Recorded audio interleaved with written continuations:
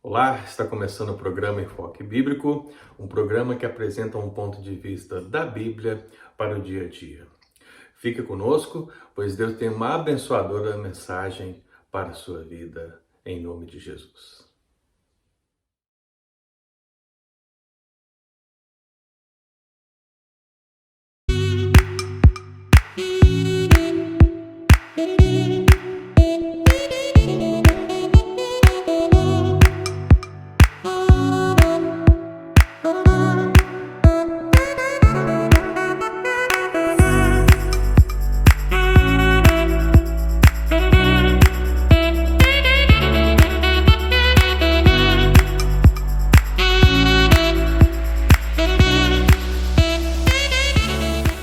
Seja muito bem-vindo, o meu nome é Ângelo, sou um dos pastores colaboradores da Christ the King United Presbyterian Church, uma igreja presbiteriana aqui na região de Boston.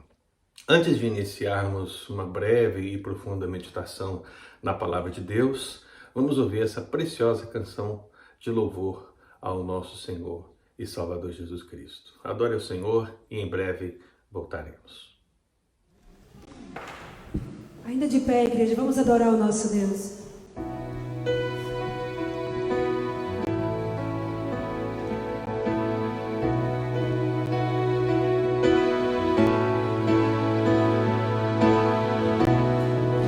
Rei da criação, da terra, céu e mar, fez o céu o seu palácio.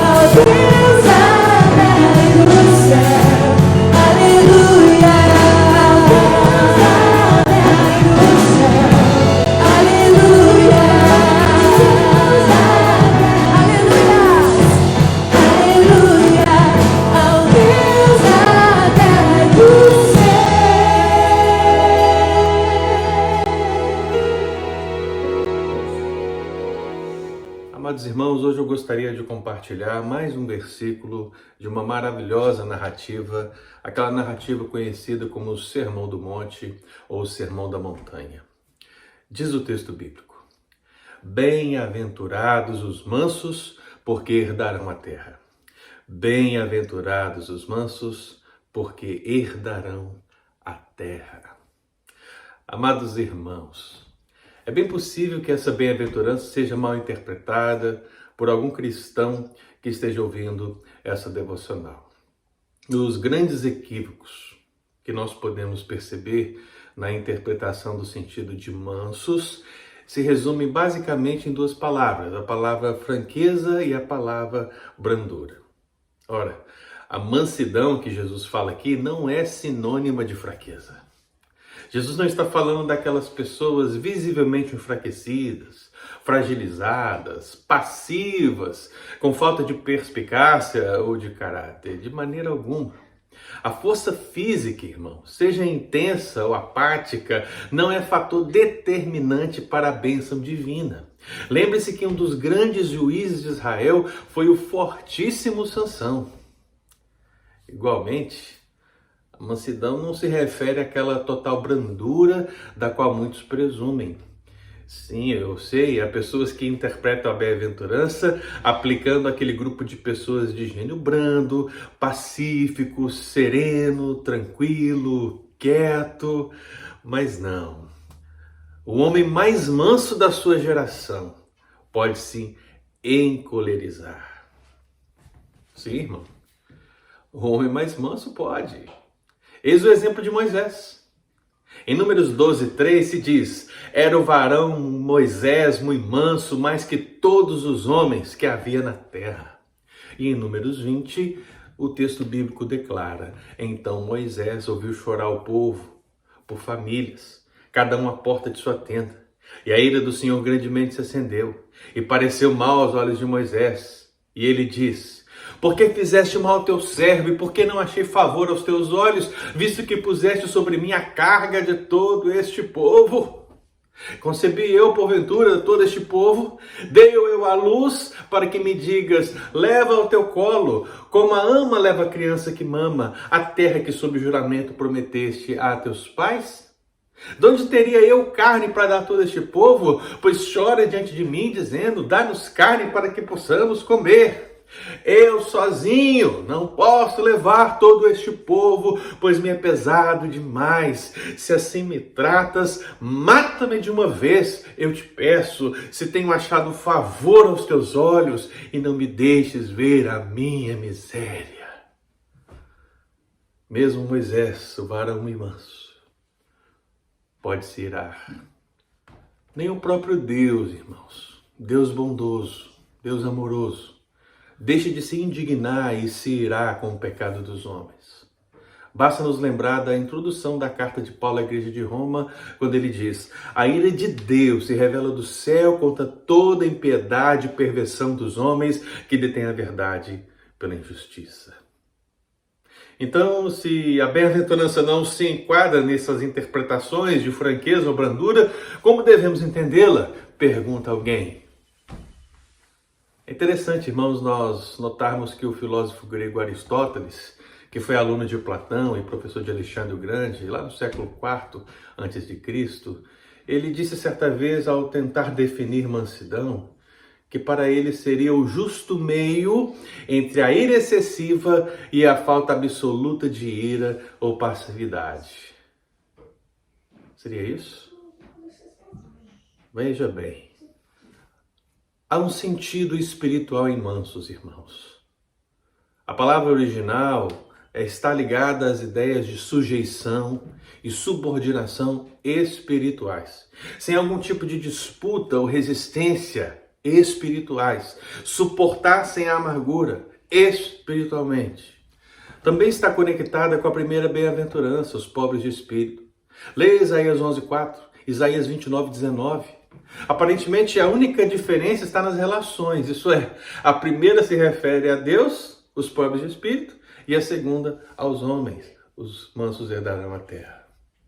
Assim nós entendemos enfaticamente que a terceira bem-aventurança ensina que são extremamente felizes os cristãos que se submetem ao Senhor diante de qualquer situação, mantendo no coração a disposição de sofrer dano ao invés de causá-lo, deixando tudo nas mãos do Deus vivo. É isso o que quer dizer mansidão. Nesse sentido, os cristãos aprendem o modelo de Cristo. Jesus é o seu padrão de mansidão. Mateus 11, 29. Pois ele se submeteu à vontade do Pai. João 4, 34.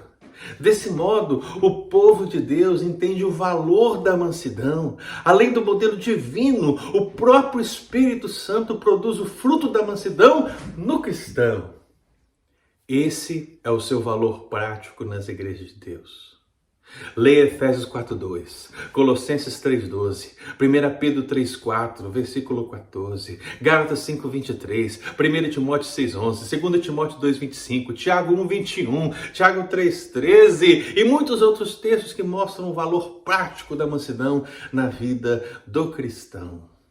Em tudo isso, todos esses textos se vê que o cristão manso é aquele que não se ressente, que não guarda rancor. Assim, amado, a mansidão será o antônimo de espírito vingativo. Eu finalizo essa devocional e a pergunta que ecoa no ar é: qual é a promessa dessa bem-aventurança? E meu amado irmão, muito além da terra arável, o chão ou os continentes deste mundo, o texto bíblico diz que os mansos herdarão a terra, isso é, a nova e durável terra da justiça. Cito para isso o Salmo 37, 2 Pedro 3 e Hebreus 10. Os textos dizem: mas os mansos herdarão a terra e se deleitarão na abundância de paz. Aqueles a quem o Senhor abençoa possuirão a terra e serão exterminados aqueles a quem amaldiçoa. Os justos herdarão a terra e nela habitarão para sempre. Espera no Senhor, segue o seu caminho e ele te exaltará para possuires a terra. Presenciarás isso quando os ímpios forem exterminados. Nós, porém, segundo a sua promessa, esperamos novos céus e nova terra, nos quais habita a justiça, porque não somente vos compadeceste dos encarcerados, como também aceitastes com alegria o espólio dos vossos bens, tendo ciência de possuirdes vós mesmos patrimônio superior e durável. Não abandoneis, portanto, a vossa confiança, ela tem grande galardão. Com efeito, tendes necessidade de perseverança para que, havendo feito a vontade de Deus, alcanceis a promessa. Louvado seja o Senhor. Amados irmãos, pensemos nessa palavra e a apliquemos ao nosso coração. Eu quero convidá-lo a ouvir a próxima canção, meditando nesses preceitos do Senhor, em nome de Jesus. Ao final dessa canção eu volto para a gente continuar o programa Enfoque Bíblico. Então vamos continuar adorando o Senhor nessa atmosfera de adoração. Então que a gente possa elevar nosso pensamento a Ele, cantar para Ele. Ele é merecedor de todo louvor, toda honra e toda glória.